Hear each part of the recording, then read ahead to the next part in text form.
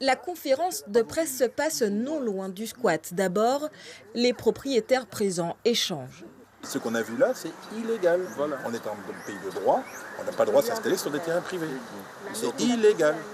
Illégal, d'autant plus que le projet supporté par ce consortium de propriétaires est condamné à l'échec si rien n'est fait pour déloger les squatteurs. Construction de 1500 à 2000 logements pour un montant de 150 millions d'euros en suspens. Si un projet comme ça, installé dans une EIN, donc une opération d'intérêt national, décidée par l'État, décidée par les collectivités dans l'intérêt de la Guyane, ne se fait pas, c'est qu'on baisse tous les bras.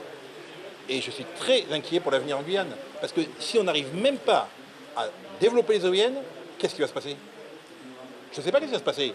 C'est donc la question de la suite qui se pose. Qui fait quoi? Quels sont les recours possibles? Tous les recours que j'ai pu avoir, comme je vous dis, je suis allé en contentieux, on n'a pas les résultats escomptés. Parce que même quand on a un jugement, pour le faire appliquer, c'est la croix et la bannière. Donc je ne me sens pas protégé. Et on sent qu'on a une forme d'impuissance. L'impuissance d'un homme de 79 ans en lutte depuis plus de 10 ans pour récupérer ce qui lui appartient. On a déjà essayé. À plusieurs reprises, il y a eu des opérations de démolition qui se sont faites. Mais je vous assure que parfois les gens, ils ne sont effrayés ni par la gendarmerie, ni par la police municipale.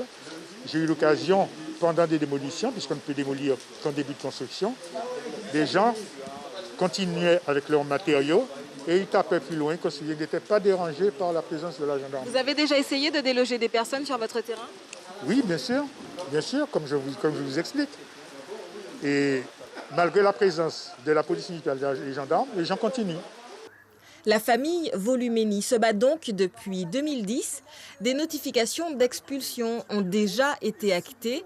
La justice a donc statué dans cette affaire. Reste que les forces de l'ordre n'ont pas procédé immédiatement à l'évacuation des personnes sur place. Depuis ces peines perdues, les propriétaires doivent débourser 10 000 € pour casser chaque maisonnette et 6 000 € pour évacuer les déchets.